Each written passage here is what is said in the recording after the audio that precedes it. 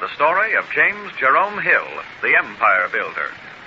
Down from the edge of the Canadian wilderness came 18-year-old Jim Hill from Rockwood, Ontario.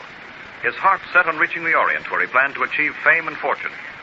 He worked his way to Philadelphia, but finding no opening, he decided to try the Pacific coast. So he made his way to St. Paul, Minnesota, the little trading settlement from which trappers started their expeditions to the far west. He arrived late in the fall of 1856. I beg your pardon, sir. Could you put me in touch with the Seattle expedition?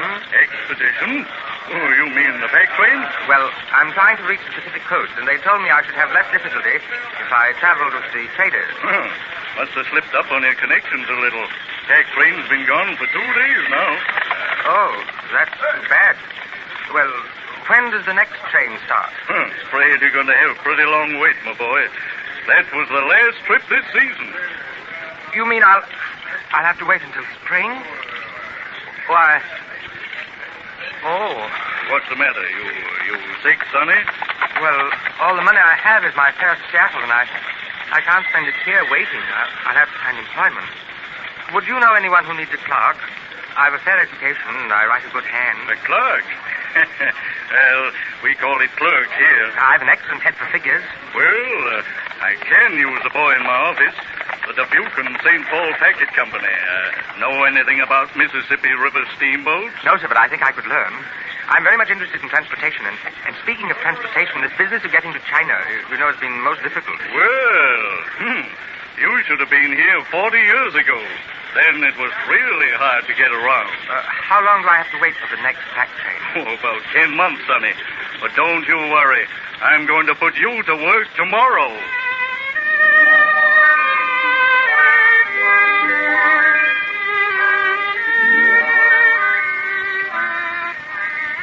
So Jim Hill stopped over in St. Paul for a year to await the next pack train and stayed to spend a lifetime.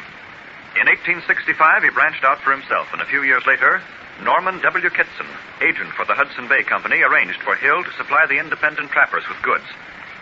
A warm friendship was established between the two men, and in 1872 they formed the Red River Transportation Company, which connected Fort Garry, now Winnipeg, with Abercrombie, Michigan. Then, in 1873... Well, Kitson, here's our chance. What do you mean, Jim? The railroad. The St. Paul and Pacific is on the rocks. We can get it for next to nothing, extend it to the Red River, and connect with the government line to Winnipeg. We'll send that railroad all the way to the Pacific coast. Transcontinental. How does that sound to you? You're dreaming, Jim Hill. The St. Paul and Pacific has a debt of $33 million. You'd be mortgaging your life, and for what? It's too big a gamble. This is not a gamble, Kitson. It's an investment in the future of a country with unlimited potentialities. Don't you know that all the northwestern states are practically unsettled? That's rich land, Kitson. Open it up, and we won't have enough cars to carry people in there and haul grain and produce out. I tell you, a railroad's going through there someday, and if we're not in on it, someone else is going to make our fortune. But the money, Jim. Are you coming in on this deal? Well, yeah, certainly I'm in for what I've got. I'm putting every cent I have in the world into it. And I'm counting on George Stevens, president of the Bank of Montreal. And with Donald Smith interested, we should be able to handle it. Stephen and Smith? Well, if they come in, I'm probably lucky to have the chance to get in on the ground floor. Well, we've made Red River Transportation pay. The Great Northern will do the same. You really think we can open up the Northwest Territory, Jim? You think we can put a railroad through there? Think it. The Great Northern will be in Seattle in 1890.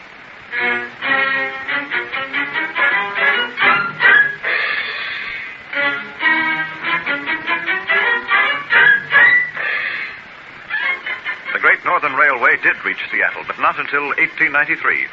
It was true genius that enabled Hill to extend the first transcontinental railroad across the unsettled plains and mountains without land grants or financial aid from the government. Within 10 years, Hill acquired an interest in the Northern Pacific Railroad controlled by J.P. Morgan. They sought an inlet into Chicago through the Chicago, Burlington, and Quincy Railroad, but Harriman of the Union Pacific also had his eye fixed on the Burlington. Wall Street, New York City, May 1901.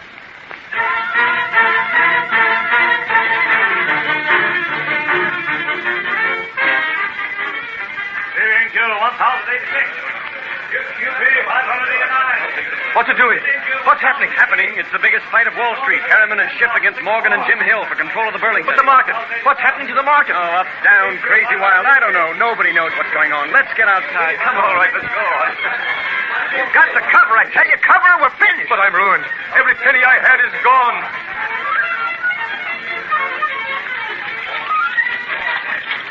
Is there no end to this slaughter? People are desperate. Wiped out. My life savings. What'll I do? I'm ruined. Ruined. Look out! Come back here, you fool! Whoa there, whoa! Stop him! Did you see that? Did you see it? It was delivered. He threw himself under the horses. Get him out from under. Back away. Here. What's going on? What's going on? He threw himself in front of that wagon, officer. He's dead, poor soul. That's the talk today. It's awful. I never seen anything like it. Strong men crying and fainting like babies all around us. That is a terrible day, this. Morgan and Kuhn Loeb, the biggest bankers in this country, in it up to their ears. I tell you, there's going to be the worst of it. What's that? Look. He's on the hill. Stand back. Stop the market crash. Wall Street panic. Famous fortunes wiped out. Morgan Hill. Harriman Jim. Morgan Hill. Harriman Jim.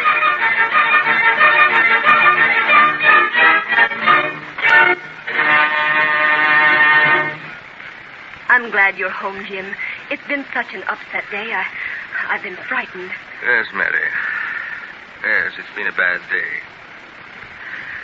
Well, the fight's over. Ended in a draw. Great Northern and Northern Pacific have joint control of the Burlington. But Harriman gets representation on the Northern Pacific Board. I hope we did the right thing. Oh, Jim, of course you were right. You've put your whole life into opening up the Northwest Territory. You should guide its development. I hung on so during this fight because I felt it was better for the country to have the Northern Pacific control of the Burlington than Harriman. But the bill for the battle still has to be paid, dear. I'll do everything in my power to help. But it's going to be far worse than we expected. Darling, you're needed now. They'll all be counting on Jim Hill to keep the line running. And so long as there's work to be done, I know you'll be ready to do your share. Of course, Mary, you're right. But I'm 63. And I've got to protect the road. And after all, work is living.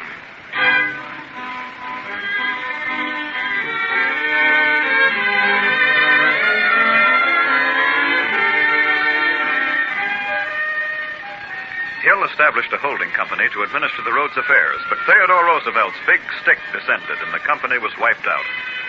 However, Hill was determined to remove himself from the picture. In 1907, he resigned his presidency of the Great Northern to his son Lewis and became chairman of the board. In 1912, he resigned this chairmanship and definitely retired. Meanwhile, the country he had helped develop was growing. In San Francisco in 1915, the Pan-Pacific Exposition was to be held. A committee of 5 men called upon Jim Hill, now 77, in his palatial home in St. Paul. Sit down, gentlemen. I'll leave you now, dear, and let you discuss your business in peace. Please don't go, Mrs. Hill. I think you'll be interested in our message to your husband. Nonsense, Mary. Sit down. Now, what is it, gentlemen? It's about the San Francisco Exposition, Mr. Hill. Oh, yes. I've read about it. I'd be glad to cooperate with you. For instance, you might be interested in borrowing my collection of modern French paintings. That's very kind of you, Mr. Hill, but it wasn't that. Well, perhaps not. A contribution, then. Let's see. I'll donate. Indeed, no, Mr. Hill. We're not soliciting. Well, what is it, then? Mr. Hill, we have not come to ask for your aid this time. We've been appointed as a committee of 5 to select the most outstanding citizen to represent us at the Panama Pacific Exposition. That's a wonderful idea. But I don't envy you the job. There's some mighty fine men to choose from, and women, too, for that matter. No, we found our task fairly easy, Mr. Hill. We've chosen our representative. And here we have listed his qualifications.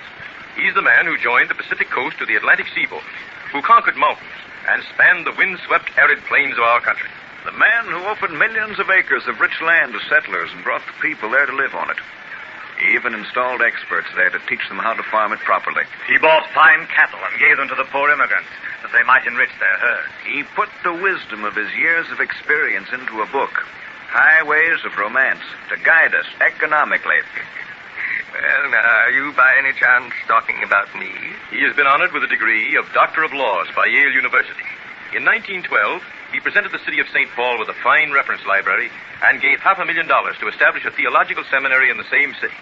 James Jerome Hill. Oh, Jim, I'm so proud for you. Well, I don't know what to say. It would have taken Robbie Burns himself to tell you how I feel. But I'm overjoyed, I am. This is an honor, gentlemen. Greatest honor of my life.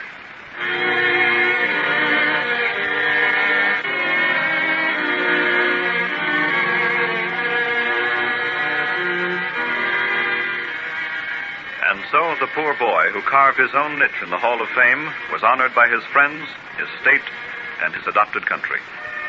And having reached the heights of success, never failed to extend a helping hand to those who were struggling upward on the road to fame and fortune. James Jerome Hill, the empire builder, captain of industry.